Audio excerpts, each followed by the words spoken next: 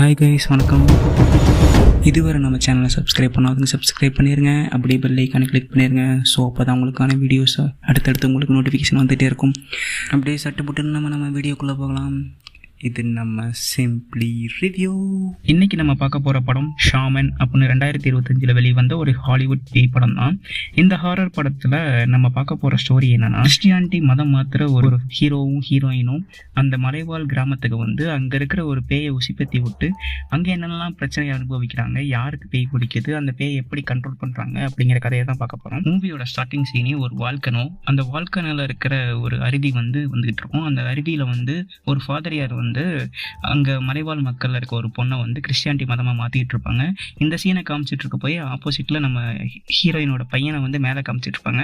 அந்த பையன் மலைவாழ் மக்கள் இருக்கிற ஒரு 2 குழந்தைங்களோட விளையாண்டுக்கிட்டு இருப்பான். இப்போ நம்ம ஹீரோயின் அந்த பொண்ணை மதம் மாற்றிட்டு, உனக்கு இனிமேல் சந்தோஷம்லாம் உன் லைஃப்பில் வந்துடும், ஒன்றும் கவலை இல்லை, இறைவன் ஒன்று ரசிப்பார் அப்படின்னு சொல்லிட்டு இருக்கப்பயே திடீர்னு பார்த்தா அந்த பையனோட ஏரோப்ளைன் ஒரு குகைக்குள்ளே போய் விழுந்துடும். ஹீரோயினோட பையன் அந்த ஏரோப்ளைன் எடுக்கிறதுக்காக போவான் அந்த குகைக்குள்ளே. அப்போ அந்த 2 குட்டி பசங்க இங்கெல்லாம் போகக்கூடாது, இந்த இடத்துல ஆபத்து இருக்குது அப்படின்னு சொல்லுவாங்க. அதெல்லாம் கேட்காம அந்த பையன் உள்ளே போயிடுவான். உள்ளே போயிட்டு அங்கே இருக்கிற அந்த ஏரோப்ளைன் எடுக்க போகிறப்போ தெரியாதனமா அவன் கையில் இருந்த வாட்ச் கலந்து விழுந்துடும். ஐயோ, எனக்கு ஆல்ரெடி பயமாக இருக்கே அப்படின்னு சொல்லிட்டு பயந்துட்டு அந்த பையன் வெளியே வந்துடுறான். அந்த வாட்ச் அங்கேயே விட்டுட்டு இப்போது கட் பண்ணி அடுத்த சீன் பார்த்தீங்க அப்படின்னா, அதுக்கு திருப்பி அந்த குகைக்கே அந்த பையன் திருப்பி போகிறான். எனக்குனே அந்த இடம் ஒரு அமானுஷ சக்தியாக இருக்குன்னு தெரிஞ்சுமே மீண்டும் அந்த இடத்துக்கு போகிறான். அந்த பையன் எதுக்காக போகிறான்னு தெரில. அந்த வாட்சை கண்டிப்பாக எடுத்தே ஒன்று போகிற அந்த பையன் அங்கே ஒரு மாஸ்க்கை பார்க்குறான். அந்த மாஸ்க்கை தெரியாமல் தட்டி உடச்சிட்றான். அதுலேருந்து தேலெல்லாம் வெளியே வருது. என்னடா இது கோல்டு கலரில் தேர்லாம் இருக்குது அப்படின்னு சொல்லி பயந்துட்டு இருக்க பையன் திடீர்னு மயக்கம் போட்டு அங்கேயே விழுந்துறான். மறுநாள் காலையில் அந்த பையனை தேடி அவங்க அப்பா அம்மா தேடிட்டு இருக்காங்க. எங்கே தேடியுமே அந்த பையன் கிடைக்கவே இல்லை. ஏன்னா அன்றைக்கி தான் அவனை சர்ச்சுக்கு கூட்டிகிட்டு போயிட்டு அவனை கிறிஸ்டியானிட்டி ஏற்றுக்கிற மாதிரி அன்றைக்கி அவங்க அம்மா பிளான் பண்ணியிருப்பாங்க. அங்கே சர்ச்லேயுமே அதான் பிளான் பண்ணி வச்சுருப்பாங்க ஃபாதர். ஆனால் அந்த பையனை காணும். அவனை தேடி போகிறாங்க அவங்க அம்மா. எங்கெங்கேயே தேடி பார்த்து எங்கேயுமே கிடைக்கல. கடைசியில் அந்த குகை கிட்டக்கு போயிட்டு இந்த குகைக்குள்ள ஏதோ ஒரு காணா அப்படின்னு சொல்லி பார்க்க போகிறாங்க. அப்போ அவங்க ஷாமான்னு அந்த ஊரில் இருக்க மக்கள்லேருந்து ஒரு பெரியவர் வர்றாரு. அவர் உங்கள் பையனை நான் தான் காப்பாற்றி வச்சுருக்கேன், நீங்கள் வாங்க நான் கூப்பிட்டு போகிறேன் அப்படின்னு சொல்லி கூப்பிட்டு போகிறாரு. அவங்க வீட்டுக்கு போனால் அங்கே அந்த பையன் மயக்கம் போட்டு படுத்து கிடக்கான். என்னாச்சு என் பையனுக்குன்னு கேட்குறப்போ உங்கள் பையன் இந்த மாதிரி கோகுல மயங்கி கிடந்தான், நான் தான் அவனுக்கு சூப் கொடுத்து காப்பாற்றி வச்சுருக்கேன் அப்படின்னு சொன்னதும், என்ன சூப் கொடுத்தீங்க, எது கொடுத்தீங்க அப்படின்னு அவங்க அம்மா சந்தேகத்தோடு கேட்குறாங்க. அதெல்லாம் ஒன்றும் இல்லை, எங்களோட பாரம்பரியமான சூப்பு தான் அது, அதெல்லாம் ஒன்றும் பிரச்சனை கிடையாது, அதனால் நீங்கள் உங்கள் பையனை கூப்பிட்டு போங்க அப்படின்னு சொல்லி கூட்டிகிட்டு போக வச்சுறாங்க. இந்த பையனை அவங்களும் கூப்பிட்டு வராங்க. அவங்களால நடக்கவும் முடியல, தத்தி நடந்து வரான் அவங்க அம்மா பிடிச்சிக்கிட்டே. இப்போ நம்ம ஹீரோயின் நடந்து வந்துட்டு இருக்கப்போ அவங்க ஒரு வயசான பாட்டி வராங்க. உங்கள் பையனுக்கு என்னாச்சு, ஏன் இப்படி நடந்து வரான்னு சொல்லி அந்த ஊர் மொழியில் கேட்குறாங்க. அப்போ இவங்களும் அந்த ஊர் மொழியிலேயே என் பையனுக்கு ஒன்றும் இல்லை, உடம்பு சரியில்லை அப்படின்னு சொல்லி சமாளிக்கிறாங்க. சமாளித்ததுக்கப்புறம் அந்த பாட்டி தான் கையில் இருக்க அந்த குச்சி எடுத்து இருந்தாங்க, உங்கள் பையன் கொடுத்துக்கோங்க, உங்கள் பையன் நடக்க வச்சு கூட்டு போங்க அப்படின்னு சொல்லி கொடுக்குறாங்க. அப்போ தெரியாதனமா அந்த பாட்டி அந்த பையனை டச் பண்ணிடுறாங்க. டச் பண்ணதுக்கப்புறம் அவங்களோட அந்த டிமானோட ஃபீல் அந்த பாட்டிக்கு கிடச்சிருது. ஆஹா, இந்த பையனுக்குள்ள என்னமோ இருக்குடா அப்படின்னு சொல்லிட்டு அந்த பாட்டி டென்ஷன் ஆகி போ தள்ளிப்போன்னு சொல்லி துரத்திக்கிட்டே இருக்காங்க. அதை பார்த்ததுக்கப்புறம் ஹீரோயினுக்கு ஒரே பயம். என்னடா ஆச்சு, இந்த பாட்டி இப்படிலாம் ரியாக்ட் பண்ணுறாங்க, பாட்டி உட்காருங்க, நீங்கள் பயப்படாதீங்க, நான் திருப்பி உங்களை பார்க்குறேன் அப்படின்னு சொன்னாலே தயவுசெய்து வந்துடாத சாமி, இங்கேருந்து போங்க 2 பேரும் அப்படின்னு சொல்லி அடிச்சு துரத்தி விட்டுறாங்க. இந்த பாட்டி உட்காந்து அழுதுகிட்டு இருக்கு. இதை பார்த்து ஹீரோயினுக்கு ஒரே பயம். ஐயோ, எதுவும் பண்ணிட்டாங்க உங்களுக்கு நம்ம பையனை, என்னாச்சு ஏதாச்சும் தெரியல அப்படின்னு சொல்லி ஹீரோயின் பையனை கூட்டு போகிறாங்க. சர்ச்சுக்கு அதை ஓப்பன் பண்ணிட்டு சர்ச்சில் இந்த பையனை கூட்டு போயிட்டு, என் கிறிஸ்டியானிட்டி நீ மாறியா, உனக்கு இறைவன் மேலே நம்பிக்கை இருக்கான்னு சொல்லி ஃபாதர் கேட்டுட்டு இருக்காரு. அதுக்கெல்லாம் ஆமாம் அந்த பையன் சொல்லிட்டு இருக்கப்போ அவங்க அம்மாவுக்கு திடீர்னு ஒரு ஃபீல் வருது. அது என்ன ஃபீல்னா, அந்த பையன் அவங்க அம்மாவை பார்த்து முறைச்சி பார்க்குற மாதிரியும், அங்கே ஒரு தேல் வர மாதிரியும், அந்த தேல் அவன் கழுத்தில் இருக்க மாதிரியும் இப்படி அமானுஷ்யமான சீன்ஸ்லாம் கட்டுறாங்க. கொஞ்சம் அது ரொம்ப டீப்பாக இல்லைனாலுமே ஓரளவுக்கு நமக்கு டக்குன்னு பயமாக தான் இருக்குது. அந்த மாதிரி சீன்ஸை காமிச்சதுக்கப்புறம் அவங்க அம்மாவுக்கு இன்னும் சந்தேகமாகி போச்சு. அந்த ஷாமன் ஏதோ சூப் கொடுத்து நம்ம பையனை ஏதோ பண்ணிட்டாரு, நம்மளே ஏதோ பண்ணிட்டாரா, இல்லை என்ன ஆச்சு ஏதாச்சு எதுவுமே புரியலன்னு சொல்லி அவங்க அம்மா டவுட்டில் இருக்கிறப்போ ஹஸ்பண்ட்டை போய் சொல்கிறாங்க நம்ம ஹீரோ இதெல்லாம் எதுவுமே நம்ப மாட்டேங்கிறாரு. இந்த ஊர் மக்களுக்குலாம் அந்த மாதிரி பவர்லாம் கிடையாது, நம்ம கிறிஸ்டியானிட்டிக்கு மட்டும் அந்த மாதிரி பவர்லாம் இருக்குது, ஏசு மட்டும்தான் ஒரே கடவுள், இங்கே இருக்கிறவங்கலாம் கடவுளே கிடையாது, நீ இதெல்லாம் நம்புற, இதெல்லாம் பயப்படாத அப்படின்னு சொல்லி எவ்வளோ சொல்லியுமே ஹீரோயின்லாம் நம்ப முடியல. நம்ம பையனுக்கு ஏதோ ஆயிடுச்சுன்னு அவங்க இது பண்ணிட்டே இருக்காங்க. சரி ஓகே, எல்லாம் நார்மலாகிடும் அப்படின்னு சொல்லிட்டு நம்பிக்கையோட படுத்து தூங்கிட்டு இருக்காங்க. திடீர்னு பார்த்தா ஹீரோயின் நம்ம ஏதோ சத்தம் கேட்குதுன்னு சொல்லி வெளியே பார்த்தா, கதவை திறந்து பார்த்தா ஹீரோயினோட பையனை காணவே காணும். எங்கடா போனா அப்படின்னு சொல்லி தேடி பார்த்தா அவனை ஆளையே காணும். ஏலியட்டுன்னு கத்திக்கிட்டே போகிறாங்க, எங்கே தெரியுமே கிடைக்கல. கதவை திறந்து டார்ச் எடுத்துகிட்டு போய் பார்த்தா வீட்டு வாசலில் அந்த பையன் படுத்து கிடக்கான் மயக்கம் போட்டு. என்னாச்சு ஏதாச்சுன்னு தெரில, அவனை தொட்டு பார்த்தா அவ்வளோ காய்ச்சி அடிக்குது. அவன் ஹீரோவை கூப்பிட்றாங்க, இங்கே வாங்க நம்ம பையனை தூக்குங்க, என்னமோ ஆச்சு அவனுக்கு சொன்னோடனே ஹீரோவும் பார்த்து அடிச்சு ஓடி வர. 2 பேரும் தூக்கிட்டு போய் உள்ளே வச்சு ரூம்குள்ளே கூட்டி போயிட்டு பாத்டப்பில் அவனை படுக்க வச்சுட்டு ஷவர் ஆன் பண்ணுறாங்க. ஷவர் ஆன் பண்ணியாவது அவன் உடம்பு நார்மல் டெம்பரேச்சர் ஆகுதான்னு பார்க்குறாங்க. ஆனால் அவன் உடம்பு நார்மல் டெம்பரேச்சரே ஆகலை. அவன் கத்துறான். எதோ ஆகுது. என்னடா ஆச்சு ஏதாச்சுன்னு அவங்க பதறிட்டே இருக்கிறப்போ திடீர்னு ஷவர்லேருந்து ரத்தமாக வருது, கலர் கலராக வருது. என்னடா இது இன்னும் அதிர்ச்சியாக இருக்கே அப்படின்னு சொல்லி ஹீரோயின் பயந்துட்டே அந்த ஷவர் ஆஃப் பண்ண ட்ரை பண்ணுறாங்க. ஆனால் எவ்வளோ ட்ரை பண்ணியுமே அந்த ஷவர் ஆஃப் ஆகவே இல்லை. எல்லா பேய் படத்தில் வர மாதிரி இந்த ஒரு சீன் வச்சுருக்காங்க இதில். இது நடந்து முடிச்சதுக்கப்புறம் இந்த பையன் நார்மலைஸ் ஆகிடுறான். நார்மல் ஆனதுக்கப்புறம் அவனை கூட்டு போயிட்டு படுக்க வச்சுறாங்க. ஹீரோயின் வந்து நான் பார்த்துக்கிறேன், நீங்கள் போய் தூங்குன்னு சொல்லி ஹீரோட்ட சொன்னதுக்கப்புறம் ஹீரோ வந்து நான் பார்த்துக்கிறேன், நீ ஒன்றும் கவலைப்படாத, நீ போய் ரெஸ்ட் எடு, நான் பையனை பார்த்துக்கிறேன்னு சொல்லி ஹீரோ கூட இருக்கிறாரு. இந்த சீன் முடிஞ்சதுக்கப்புறம் டேரெக்டாக நம்ம ஹீரோயினுக்கு ஷாமன் மேலே சந்தேகமே ஆயிடுச்சு. இங்கே இருக்கிறவங்க தான் ஏதோ பண்ணிட்டானுங்க என் பையனை அப்படின்னு சொல்லி அந்த ஊரில் இருக்க அந்த முதியோர் மேலே சந்தேகத்திலே இருக்காங்க. உடனே சர்ச்சு ஃபாதர்கிட்ட போயிட்டு இந்த மாதிரி என் பையனுக்கு உடம்பு சரியில்லை, அவர் ஏதோ சோப்பு கொடுத்தாரு, நான் இன்னைக்கு சர்ச்சுக்கு லேட்டாக வந்ததுக்கு காரணமும் அதுதான், என்னை மன்னிச்சுக்கோங்க அப்படின்னு சொல்லிட்டு ஃபாதர்கிட்ட சொல்லிட்டு என் பையனுக்கு ஏதாவது ஹெல்ப் பண்ணுங்க அப்படின்னதுக்கப்புறம் நானே டாக்டர் தான், மேபி உன் பையனுக்கு கொடுத்த சூப்பில் ஏதாவது பண்ணி கறி கலந்துருப்பாங்க, அதை சாப்பிட்டு அவனுக்கு உடம்பு சரியில்லாமல் போயிருக்கும், மற்றபடி வேற ஒன்றும் கிடையாது, நீ பயப்படாத அப்படின்னு சொல்லிட்டு அவரும் ஒரு பொட்டி ஏற்றிக்கிட்டு அதுக்குள்ளே ஸ்டெதஸ்கோப்பு எல்லாத்தையும் எடுத்து வச்சுட்டு கிளம்பி போகிறாரு. போயிட்டு அந்த பையனை தம்பி உனக்கு ஏதோ உடம்பு சரியில்லையாமலப்பா, எந்திரிச்சு உட்காரு, நான் உனக்கு டெம்பரேச்சர் செக் பண்ணுறேன்னு டெம்பரேச்சர் செக் பண்ணி பார்க்குறாரு. அதில் அவ்வளோ ஹீட்டாக இருக்குது, பயங்கரமாக கொதிக்குது அவன் உடம்பு. என்னடா ஆச்சு இவனுக்கு அப்படின்னு சொல்லி சந்தேகத்தோடய இருக்காரு நம்ம டாக்டரும் ஃபாதரும். ஃபாதர் ஓகே சரி ஓகே நீ ஒன்றும் கவலைப்படாதப்பா நான் பார்த்துக்கிறேன் அப்படின்னு சொல்லிட்டு இருக்கப்போ அந்த பையன் கொடூரமான ஒரு குரலில் நீ தான் ஃபாதரா அப்படின்னு கேட்குறான். ஆமாம் நான் தான் ஃபாதர், உனக்கு தெரியாதா, நீ தான் சர்ச்சுக்கே வந்தியப்பா அப்படின்னு சொல்லி ஃபாதரும் டவுட்டாக கேட்குறாரு. ஓகே இருக்கட்டும் நீ பார்த்துக்கிறேன் அப்படின்னு சொல்லி அந்த பையன் பார்க்குறான். அதுக்கப்புறம் அந்த ஃபாதர் வந்து ஸ்டெதஸ்கோப் வச்சு அந்த பையனோட ப்ரீத்திங் கேட்குறாரு. ப்ரீத்திங் கேட்குறப்போ பயங்கரமான சத்தம் ஹார்ட்லேருந்து கேட்குது. அதை கேட்டவுடனே பயந்து டாக்டர் ஏதோ ஐயோ இந்த பையனுக்கு ஏதோ ஆயிடுச்சு, என்னாச்சுனே தெரிலையே அப்படின்னு சொல்லி பார்த்துட்டு இருக்கப்பே டாக்டரோட கையை பிடிச்சி முறுக்குறான். இங்கேருந்து நீ போயிடுவேன்னு பார்க்கலாம் அப்படின்ற மாதிரி பண்ணுறான். அப்போ டாக்டர் வந்து தம்பி விடுப்பா அப்படின்னு சொல்லி கற்றுனதுக்கப்புறம் அந்த பேய் நார்மலாகிடுச்சு. நார்மலானதுக்கப்புறம் இந்த பேய் நார்மலாகிடுறான். நார்மலானதுக்கப்புறம் வெளியே வந்துட்டு உங்கள் பையனுக்கு பேய் தான் பிடிச்சிருக்கு அப்படின்னு சொல்லி டாக்டரும் நம்ம ஃபாதரும் சொல்கிறாரு. சொன்னதுக்கப்புறம் இந்த பையனுக்கு வந்து பேய் ஓட்டியே ஆகணும் அப்படின்னு சொல்லி ஃபாதர் சொன்னதுக்கப்புறம் ஹீரோயினும் ஓகே எப்படியாவது என் பையனை காப்பாற்றினா எனக்கு சந்தோஷம் தான் அப்படின்னு சொல்லி சொன்னதுக்கப்புறம் ஃபாதரும் இதே மாதிரி போய் அவரோட எக்யூப்மெண்ட்டெல்லாம் எடுத்துகிட்டு வந்துட்டு இந்த பையனோட பேயை ஓட்டலான்னு ட்ரை பண்ணுறாரு.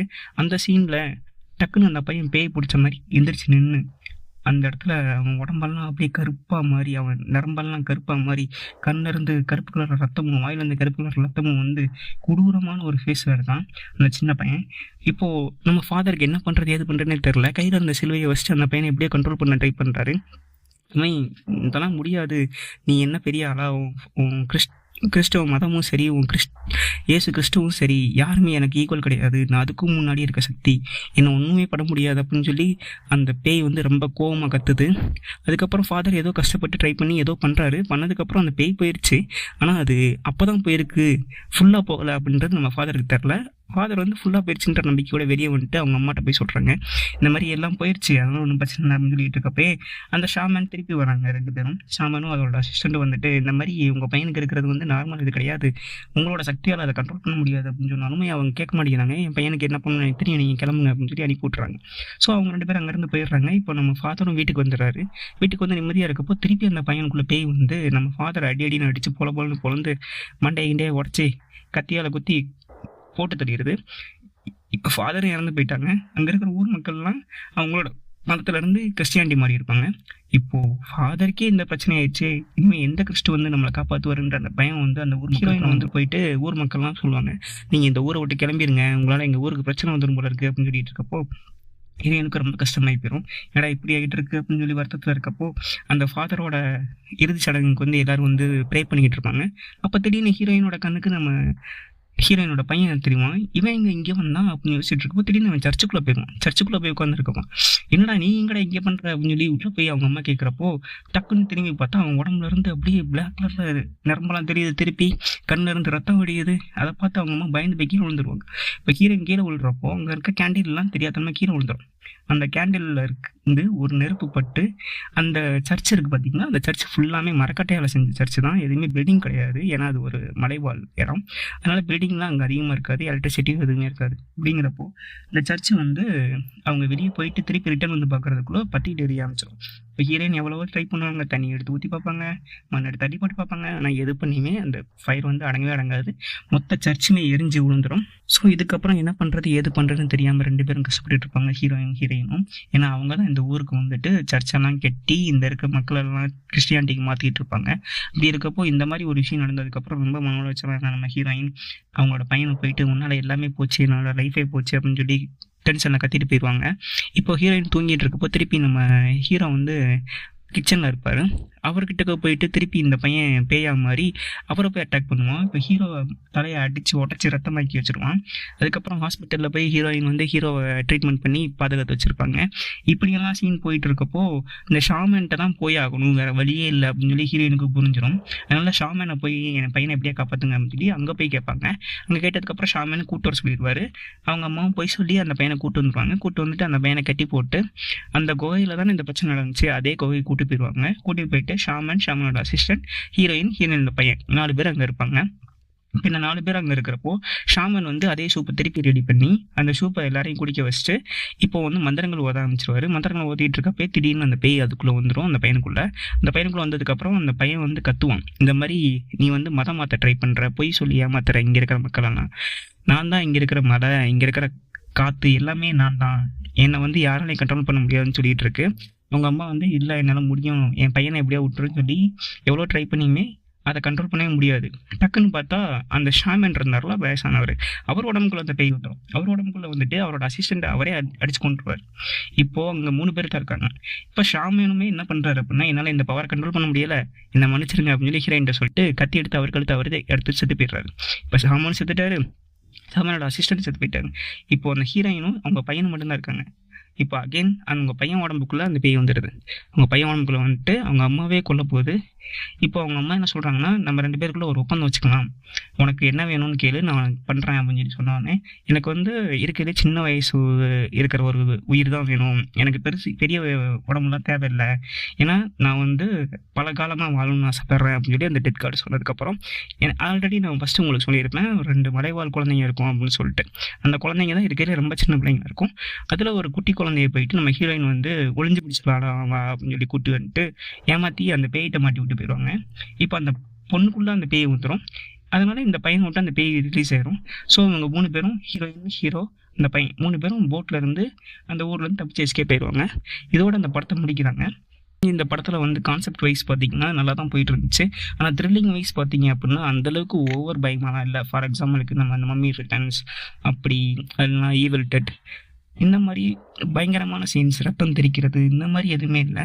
அதே மாதிரி ஒரு பேய்கிட்ட போயிட்டு எப்படி அவங்க அம்மா ஒப்பந்தம் போடுறாங்க அப்படின்னு எனக்கு தெரியல, நான் யாராவது கூப்பிட்டு வரேன் அப்படின்னு சொல்லிட்டு அந்த குழந்தைய அந்த பேயை போய் எடுத்துகிட்டு வந்துருக்கலாமே. அவங்க அம்மாட்ட சொல்லி அவங்க அம்மா தான் கூப்பிட்டு வரணும்லாம் கிடையாது, அது கூட பண்ண முடியல. அது என்ன பேய்ன்னு தெரில. இந்த மாதிரி கதையில் நிறைய லேக்ஸ் இருந்தாலுமே இது ஒரு தடவை பார்க்கலாம் அப்படிங்கிற மாதிரி ஒரு மூவி தான்.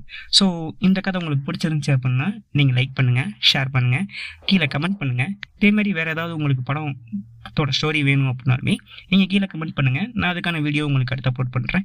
Tata, bye bye.